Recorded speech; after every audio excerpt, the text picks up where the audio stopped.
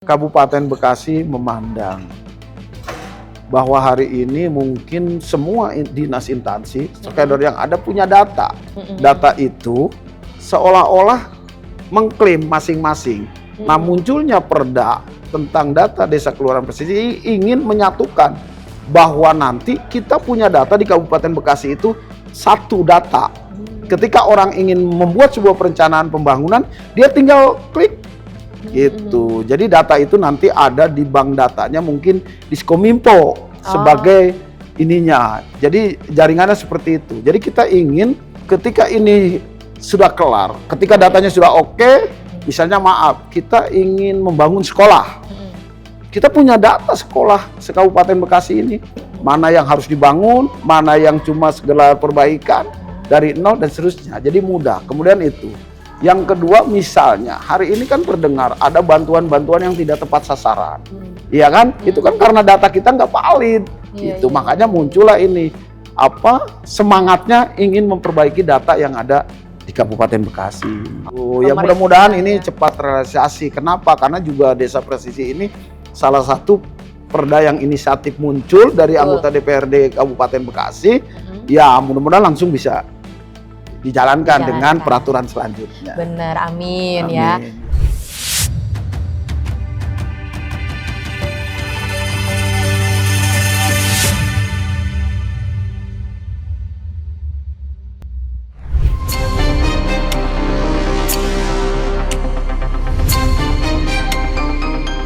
Assalamualaikum warahmatullahi wabarakatuh. Waalaikumsalam. Halo RJ Setia, kembali lagi bersama kami dalam podcast Unjuk Bicara. Bukan sekedar bicara, dalam segmentase spesial, segmentase parlementaria kali ini bersama dengan saya Indah Fitri yang dapat menemani Anda dalam episode spesial kali ini di Harper Cikarang.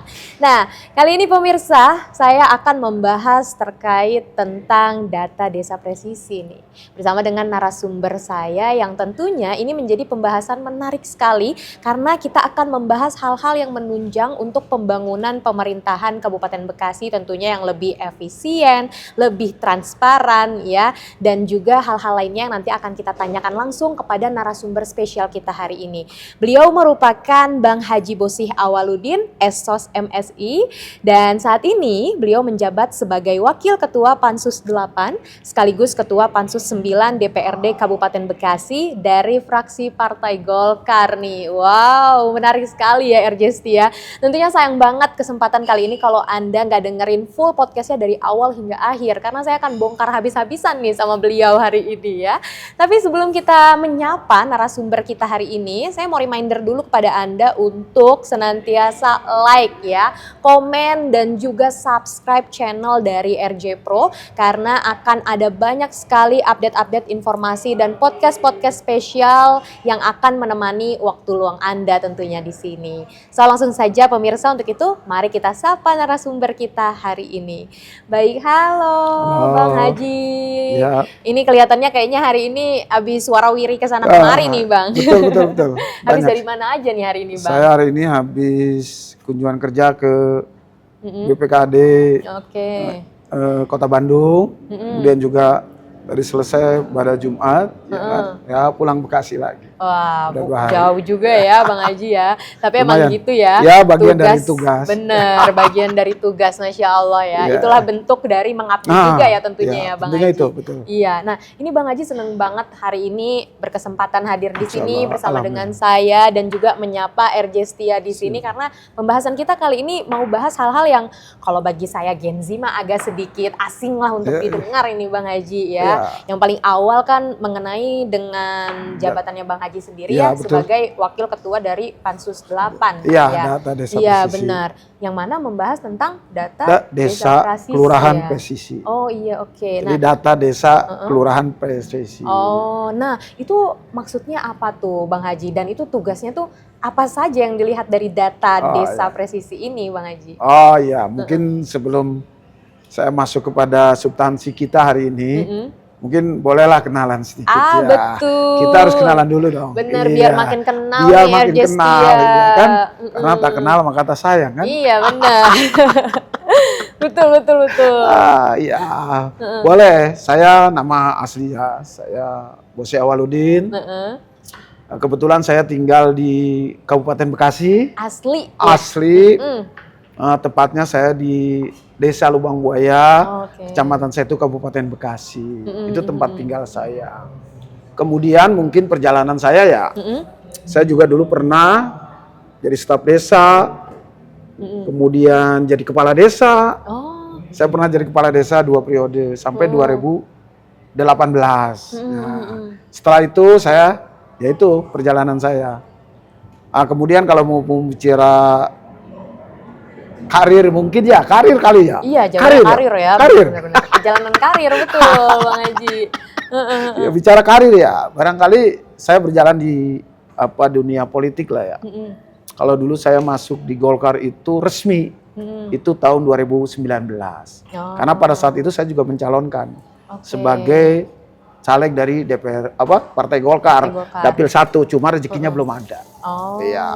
Ya karena urusannya rezeki ya. Nah, kemudian kita terus di organisasi politik Partai Golkar terus selama itu kita tetap aktif di kegiatan Golkar. Nah, 2024 ini juga saya diberi kesempatan lagi untuk nyalon ya kan.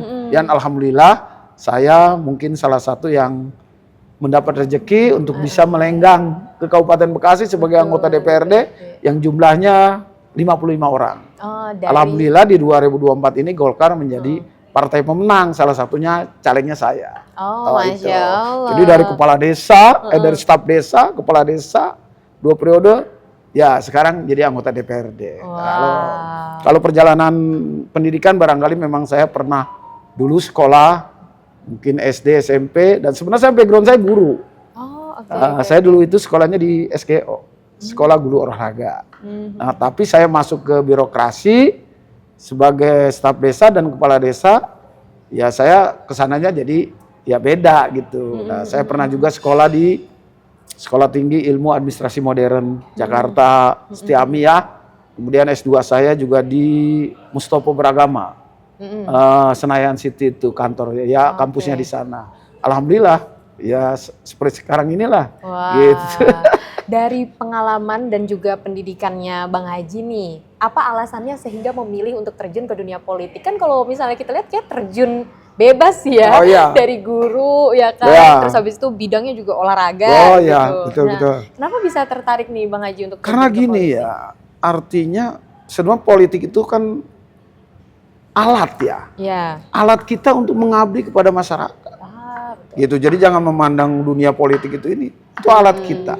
Jadi ketika kita ingin tahu bagaimana kita bisa membuat kebijakan, ya kita harus masuk itu. Karena emang sarananya itu. Kita harus masuk partai politik, ini ya itu. Tapi karena kita ingin mengabdikan lewat jalur itu gitu. Justru jadi garda terdepan yang bisa menyampaikan aspirasi masyarakat kita. Dan alhamdulillah ya saya membawa itu gitu. Jadi niat awalnya seperti itu. Kita mau berbuat buat masyarakat kan kalau kita nggak masuk ke situnya susah juga. Bener, apalagi ngelihat dari tadi jenjang karir Bang Haji benar-benar dari bawah benar-benar dari masyarakat.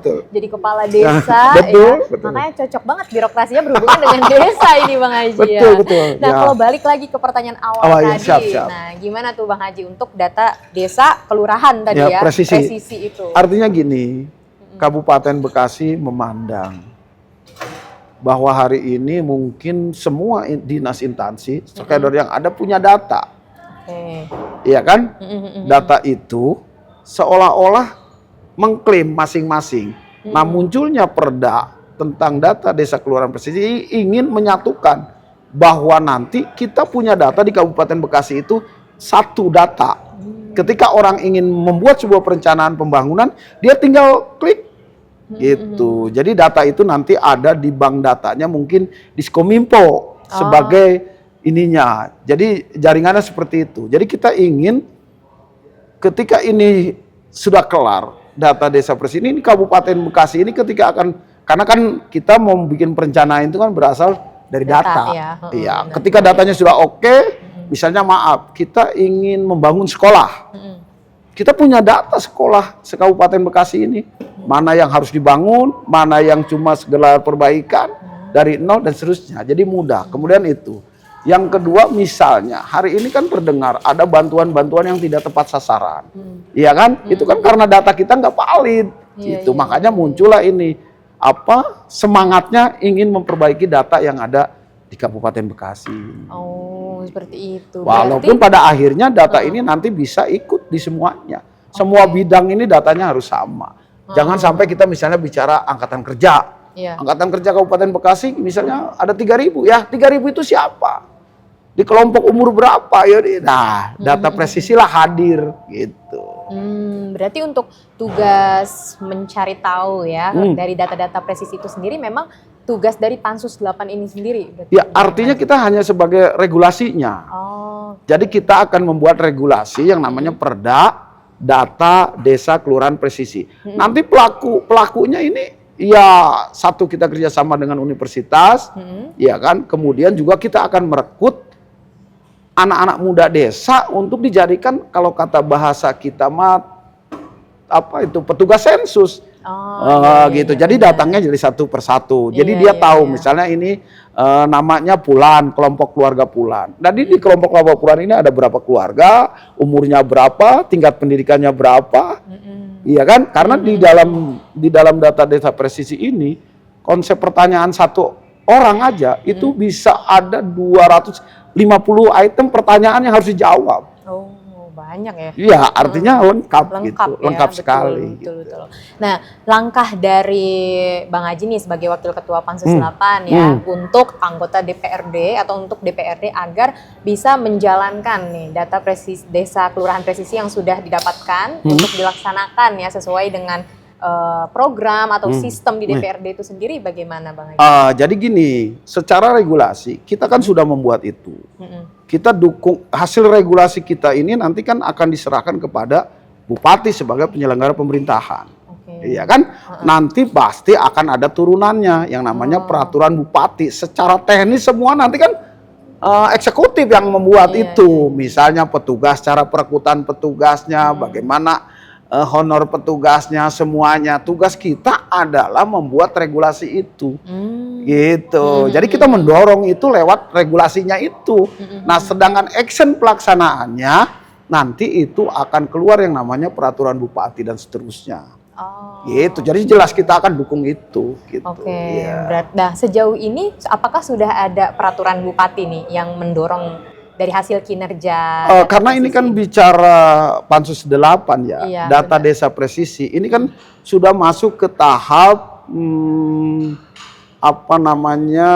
konsultasi ke Jabar gitu kan. Hari ini sebenarnya pansusnya sudah kelar. Kita sudah bahas pasal per pasal. Nanti setelah paripurna baru itu kan adanya di pihak eksekutif. Nah, tinggal baru nanti bupati itu bikin yang namanya peraturan turunan Perbub itu untuk melaksanakan secara teknis. Jadi induknya Perda untuk pelaksanaannya nanti keluar yang namanya peraturan bupati. Misalnya bantuan PKH, ya kan? Bantuan untuk keluarga harapan. Kadang-kadang salah data gitu. Jadi nggak tepat sasaran. Makanya tadi saya bilang data itu sangat penting di dalam proses perencanaan pembangunan ke depan.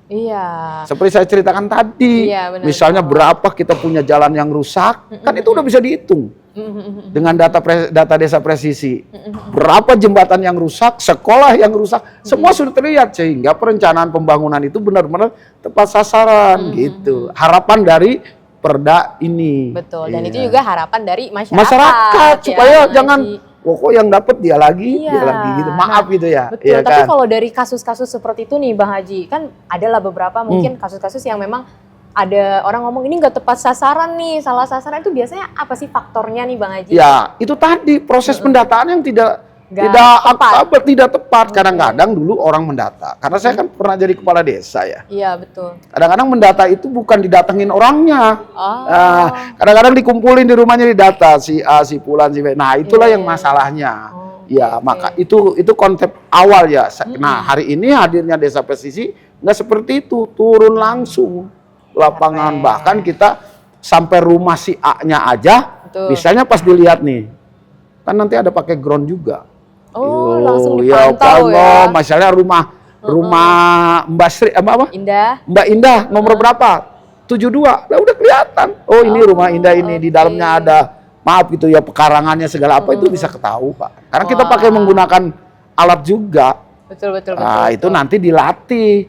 Dilatih tuh yang menjalankan alat itunya gitu. Wah, berarti itulah ya makanya kenapa data desa kelurahan presisi ini penting ya agar tadi semua program pemerintahan semuanya transparan. Transparan, semua masyarakat bisa lihat juga. Bisa lihat. Misalnya mau lihat desa A. Ya tinggal buka, klik karena nanti akan yang memegang data itu nanti sebagai by datanya itu bank data lah di kabupaten itu nanti kan di perencanaannya ada di Diskominfo. Jadi kita tinggal lihat kalau kamu tinggal klik, kita pengen lihat misalnya Kecamatan Tambun. Iya. Kita pengen di Kecamatan Tambun itu pengen tahu rumah Indah. Gampang udah bisa tahu. Iya, benar gitu, ya. Ditambah dengan support dari media sekarang yang luar biasa. Betul. Kan gitu. Ya mudah-mudahan ini cepat terrealisasi. Kenapa? Karena juga Desa Presisi ini salah satu perda yang inisiatif muncul dari anggota DPRD Kabupaten Bekasi. Ya mudah-mudahan langsung bisa dijalankan dengan peraturan selanjutnya. Bener, amin ya. Tentunya juga pasti butuh support juga ya dari masyarakat. Iyalah. Bang Haji. Support masyarakat itu di dalam perda ini tiada lain ada memberikan data yang sebenarnya. Nah, tuh. Jadi kalau misalnya ada nanti tim nanti ada dia pakai isi dengan sebenar-benarnya gitu. Bahkan sampai nomor HP yang kita punya pun bisa ketahuan. Indah pakai HP apa nih? Oh, pakainya Oppo. Iya, tahu semuanya ya. Nah, itu tadi kan kita bahas tentang Pansus 8-nya nih, Bang Haji. Betul, siap. Aku juga penasaran nih, Bang Haji juga kan ternyata sekarang nih menjadi ketua dari Pansus 9 nih. Betul, iya. Yang mana tadi dapat info kalau ternyata Pansus 9 ini merupakan perubahan revisi ya, tambahan nih, revisi, Bang Haji. betul. Nah, itu Pansus 9 itu sendiri kan membahas tentang aset daerah. Betul. Selebihnya apakah ada hal lain juga nih yang dibahas dan juga ditinjau oleh Pansus 9 itu sendiri nih, Bang Haji? Oh, jadi Pansus 9 ini kan rangkaian dari kegiatan peraturan di atasnya. Jadi peraturan di atasnya itu ada Permendagri nomor 7 tahun 2024. Itu adalah penyempurnaan dari Permendagri nomor 9 sebentar saya lihat nih. Nomor 19 tahun 2016. Jadi ketika peraturan itu di atas ada perubahan, maka perda yang ada di bawah itu harus melakukan revisi atau perubahan perda itu sendiri untuk melengkapi supaya sinkron gitu. Kalau di atasnya ada perubahan, di bawah harus ada. Nah, makanya muncul pas pansus kita ini, ya pansus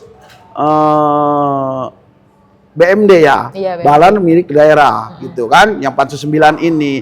Nah, itu nanti kita akan melengkapi, merubah, merevisi daripada Perda nomor 1 tahun 2020 kaitan dengan pengelolaan barang milik daerah. Aset-asetnya ya. Nah, itu sejauh ini sudah apa saja yang dilakukan nih oleh Pansus 9? Ya, yang pertama mungkin kita sudah expose. Ya, karena kita kan menggunakan konsultan juga.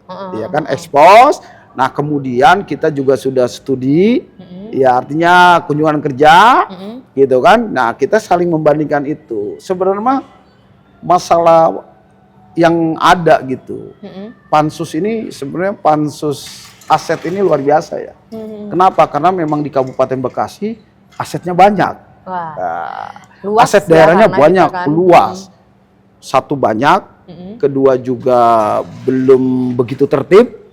Iya kan? Betul. Pokoknya kita bicara aset daerah itu, kemudian sistem penyewaannya yang juga mungkin nanti akan kita atur kembali, kemudian sistem penghapusan, kemudian kan hari ini banyak kedengar ya, Dek. Iya kan? Banyak kedengaran, banyak aset-aset daerah ini dimasalahkan oleh masyarakat. Bahkan mengklaim, iya kan? Ini punya saya, ini punya saya. Kenapa? Karena sertifikasinya nggak jalan. Nah, kita nanti akan mendorong ini. Gitu, mendorong ini dari Pansus 9 ini untuk bisa melakukan sertifikasi semua yang namanya aset pemerintah Kabupaten Bekasi. Baik itu tanah, bangunan, kendaraan, ya, yang namanya aset itu harus tercatat, ya kan, sistem pelaporan juga harus bagus. Ya syukur-syukur kita ini kan nanti ingin dari aset daerah kita ini juga ada PAD yang masuk. Nah, gitu kan tujuannya itu kan kita. Benar. Ya, kita menertibkannya itu maksudnya. Jadi yang jelas kalau giro semangat daripada Pansus 9 ini itu adalah karena ada peraturan Permendagri itu. Ya kan nomor 7 tahun 2024 itu sebagai apa ya? Bukan pengganti, penyempurna dari Permendagri nomor 19 tahun 2016. Makanya kita buat nanti berarti munculnya Perda nomor sekian, ini hasil apa perbaikan daripada Perda nomor 1 tahun 2020. Oke, berarti saat ini itu masih dalam rancangan. Oh, rancangan ya? kita lagi proses ini hari ini. Iya. Wah. Tapi kalau dijelaskan oleh Bang Haji tadi berarti memang peran Pansus 9 ini penting banget. Luar biasa. Karena untuk menjaga legalitas aset ya. ya. Itu. Jadi hari ini banyak kasus terjadi karena memang legalitas aksesnya nggak jelas asetnya. Betul, aset. Ya misalnya ini sertifikatnya mana, Siapa, adanya ya. di mana, siapa yang menggunakan, yang mau ini hari ini akan kita kupas habis di Pansus 9. Wah, itu kalau misalnya ada masyarakat mungkin yang membutuhkan bantuan nih dari Pansus 9 untuk bisa mendapatkan legalitas asetnya juga gitu. Oh, dari masyarakat. Dari masyarakat langsung bisakah atau bagaimana tuh caranya? Oh, kalau itu kan lain hal. Iya. Kalau kita hari ini Pansus 9 ini ingin merapihkan, ingin menata, ingin melegalitaskan semua aset daerah ini. Oh, bukan ya kalau masyarakat pribadi ya. Bukan pribadi, iya. justru karena kita tujuannya juga ketika aset itu sudah tertata semua, ya kita inginlah misalnya ini aset pemerintah daerah Kabupaten Bekasi yang belum digunakan. Iya kan? Misalnya ada yang mau menggunakan, bagaimana sistem sewanya diatur untuk pemasukan PAD-nya. Benar, gitu. Pemasukan anggaran daerah ya. Yang jelas kita mendukung itu. Ya. Jadi DPRD Kabupaten Bekasi ini munculnya Pansus 9 ini ingin pemerintah daerah Kabupaten Bekasi bekerja luasa. Kan kalau DPRD mah cuma kerjanya membuat regulasi saja. Iya, tapi action dan seterusnya nanti eksekutif. Ya. Gitu. Jadi memang banyak kalau fungsi DPRD itu ya memang mencari hal yang harus bisa dieksekusikan. Nah, ini munculnya 9 ini kan untuk melengkapi perda yang ada tadi. Iya, benar. Yang sudah ada gitu. Jadi seperti itu. Wah, berarti peran dari Bang Haji nih dua-duanya nih sangat penting ya antara Pansus 8 luar dan Pansus 9 luar biasa, ini. terutama ini Pansus 9. Iya. Karena hari ini kan gini, kita punya data banyak. Misalnya data aset pemerintah daerah Kabupaten Bekasi. Ada yang berbentuk tanah, ya kan? Kemudian bangunan, kemudian yang bergeraknya misalnya kayak kendaraan. Ini kita sampai berapa ini ada. Nah terus bagaimana sistem penghapusannya? Bagaimana sistem pemakaiannya? Bagaimana pemindah tanganannya? Nanti diatur di Pansus 9 ini. Gitu. Sertifikasinya bagaimana itu semua. Semuanya akan diatur sedemikian rupa yang pada akhirnya kita bisa mewujudkan benar, Kabupaten Bekasi menjadi bangkit, maju dan sejahtera itu. Sesuai dengan deadline kita hari ini. Betul. Nah, dari tantangan tersendiri nih Bang Haji selama menjabat di kedua posisi ini, apa saja nih yang Bang Haji hadapi selama yang ini? memang kita lihat ini akan muncul nanti di SDM. Okay. Sumber daya manusianya nanti ini karena banyak juga yang perlu nanti mungkin harus melakukan pelatihan, betul. Dan seterusnya. Jadi seperti itu tantangan yang ada di situ. Kalau di aset daerah sih hari ini, ya tantangannya itu tadi data tidak tercatat secara baik gitu kan. Bahkan sistem pelaporannya pun belum jelas kan gitu. Makanya nanti akan diatur di Pansus 9 ini. Dan banyak lahan-lahan kita yang belum bersertifikat. Oh iya benar. Tapi kalau sejauh ini solusi-solusi apa aja nih Pak yang sudah disusun untuk bisa tercapai rencana-rencana tadi? Ya itu tadi mungkin kita banyak melakukan. Ya pertama kita melihat hari ini tadi sumber daya manusianya. Iya kan harus kita berikan itu. Kemudian juga mungkin proses penganggaran. Ya kan nanti teman-teman akan bicara tuh proses penganggaran, penyediaan alat segala apa itu semua akan masuk di situ juga. Itu kan bagian dari tugas kita secara regulasi, bagian dari tugas DPRD. Betul ya. Nah, itu dia tadi Erjestia. Nah, kita sebagai SDM tentunya sebagai masyarakat ya, perlu juga nih untuk mencari tahu dan mengetahui ya rancangan-rancangan dari apa yang sudah disusun oleh Pansus 8 dan juga Pansus 9 agar kita bisa ikut support ya. Karena ini dua pansus ini tadi saling berkaitan. Iya, saling berkaitan. Data desa kelurahan pesisir dengan aset pemerintah Kabupaten Bekasi. Jadi kalau Pansus 9 ini, karena Pansus ini merupakan penambahan atau revisi dari Perda yang sudah ada nomor 1 tahun 2020, makanya waktunya nggak begitu panjang juga gitu. Jadi konsepnya sebenarnya sudah jadi. Tinggal dilaksanakan. Ya, tinggal dilaksanakan. Ya, itu tadi saya sampaikan Teh Indah ya, bahwa kita secara regulasi hanya memfasilitasi itu lewat regulasinya, lewat peraturannya. Nah, nanti eksekusinya kan nanti di legislatifnya itu, bupati beserta stakeholder yang ada. Ini mudah-mudahan semua yang direncanakan Insya Allah berjalan dengan baik ya Bang Haji. Dan rencana ini nggak bukan bahwa ingin menuju Bekasi maju, bangkit maju sejahtera buat masyarakat Bekasi. Bener ya, kan kita juga yang ngerasa enak itu ya maksudnya. sebagai masyarakat Bekasi tentunya. Makanya sebagai masyarakat Bekasi dan Erjestia yang menonton podcast ini, yuk sama-sama kita support semua program pemerintah, semua program dari DPRD Kabupaten Bekasi agar menuju harapan Bekasi saat ini ya. Tadi bangkit, maju, sejahtera. Nah, Bang Haji ini senang banget hari ini aku juga jadi banyak tahu ya mengenai hal-hal tadi data desa kelurahan presisi maupun aset-aset daerah tadi yang masih banyak ternyata yang belum mendapatkan legalitasnya ya. Makanya timbul persoalan, masalahnya itu tadi. Yang ini mengklaim, yang ini mengklaim. Biar nggak saling klaim ya. Biar nggak saling klaim itu harus didudukan pada posisi yang benar gitu. Kalau memang aset daerah ya harus jadi aset daerah gitu. Kita nggak boleh ngambil hak orang lain ya Bang Haji ya. Nah, tapi Bang Haji ini udah banyak pembahasan yang kita bahas nih untuk pertemuan kali ini. Sebenarnya masih banyak sekali hal-hal yang ingin saya tanyakan. Tapi kayaknya saya mau request ini kayaknya untuk ada episode spesial lainnya lagi nih sama Bang Haji. Biar kita bisa bahas hal-hal lebih detail lagi. Nah, sebelum mengakhiri Bang Haji mungkin ada pesan-pesan untuk masyarakat Kabupaten Bekasi atau Erjestia yang sedang mendengarkan podcast kita kali ini, silakan.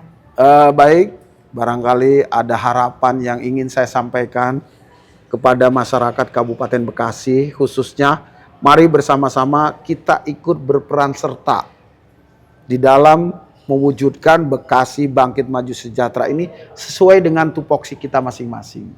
Ya, masyarakat ikut mengawasi, pemerintah daerah bekerja sama dengan DPRD juga sama. Semua kita punya keinginan maju untuk Kabupaten Bekasi. Sehingga apa yang kita harapkan, karena ketika masyarakat sudah sinergi dengan pemerintah, dengan bisa saling memasukkan aspirasi dan seterusnya. Kemudian masyarakat kan memberikan aspirasi sampai ke gedung DPRD, kemudian dieksekusi oleh pemerintah Kabupaten Bekasi. Itulah akan menjadi sebuah kenyataan, harapan bahwa Bekasi itu menjadi bangkit, maju dan sejahtera. Dan perlu diingat bahwa Bekasi wajib kita jaga keamanannya sehingga kondusif semuanya. Apa rencana pembangunan kita 5 tahun ke depan bisa terlaksana dengan baik. Betul. Wah, itu dia tadi pesan. Dan satu pesan juga, ketika ingin menyampaikan aspirasi, kita sebagai masyarakat, sebagai anggota DPRD Kabupaten Bekasi, gedung kita terbuka loh. Teman-teman mau menyampaikan aspirasi untuk kebaikan Kabupaten Bekasi, silakan terbuka. Gitu. Jadi udah bisa diterima. Bukan berarti mau nyampein aspirasi tidak bisa diterima. Silakan saja kalau memang ada aspirasi yang belum bisa tersalurkan. Karena kan biasanya gini, Teh Indah. Ada sebuah kebijakan kadang-kadang ini nggak sesuai. Ya kan orang ada hilaf, ada salah dan seterusnya. Itu kan bagian koreksi. Kenapa? Karena manusia itu kan tidak sempurna. Mungkin masyarakat ini kurang bagus. Sampaikan saja dengan data-data yang lengkap. Iya kan? Sampaikan, ini harusnya begini. Kita juga terbuka semua, anggota Dewan DPRD Kabupaten Bekasi. Saya sering menerima tamu dari kelompok ini yang membawa aspirasi. Cuma satu, memang kalau ke DPRD, sampaikan aspirasinya. Nanti eksekusinya akan kita tindak lanjuti ke eksekutif, yang bagian eksekusinya kan gitu. Oh ini harus begini, ini harus begini. Ini ke dinas mana yang nanganin dan seterusnya itu. Jadi salam buat semua masyarakat Kabupaten Bekasi. Ayo kita jaga Kabupaten Bekasi sehingga kondusif dan pembangunan terus berjalan untuk Bekasi bangkit maju sejahtera. Dan sejahtera, luar biasa. Wow, itu tadi pesan dari Bang Haji udah kayak merangkum ya intinya gitu. Apalagi tadi Bang Haji memberikan kabar gembira bahwa anggota DPRD itu siap menjadi penyambung lidah antara masyarakat dengan eksekutif. Betul, siap. Itu dia, terima kasih banyak nih Bang Haji. Terima kasih. Udah berkenan untuk hadir hari ini, sharing bareng kita di sini dan memberikan pengetahuan baru nih untuk RJ Setia pada episode kali ini. Dan bagi Anda yang ingin memberikan pertanyaan ya, atau mungkin mau tahu lebih banyak mengenai kegiatan-kegiatan Bang Haji, boleh nih ikut media sosialnya, ada nggak Bang Haji? Ada juga. Ada, nanti dilihat di bawah ini gitu ya. Jadi bisa langsung kepo-kepoin apa aja aktivitas-aktivitas yang dilakukan. Dan jangan lupa untuk like, komen, dan share podcast kita hari ini agar makin banyak orang yang tahu mengenai peran dari Pansus 8 dan juga Pansus 9 DPRD Kabupaten Bekasi. Dan akhir kata, saya Indah Fitri bersama dengan narasumber saya hari ini, Pak Bosi Awaludin, anggota DPRD Kabupaten Bekasi, fraksi Partai Golkar. Fraksi Partai Golkar. Kami mohon pamit undur diri. Terima kasih atas waktu dan kebersamaan Anda. Sampai jumpa. Wassalamualaikum warahmatullahi wabarakatuh.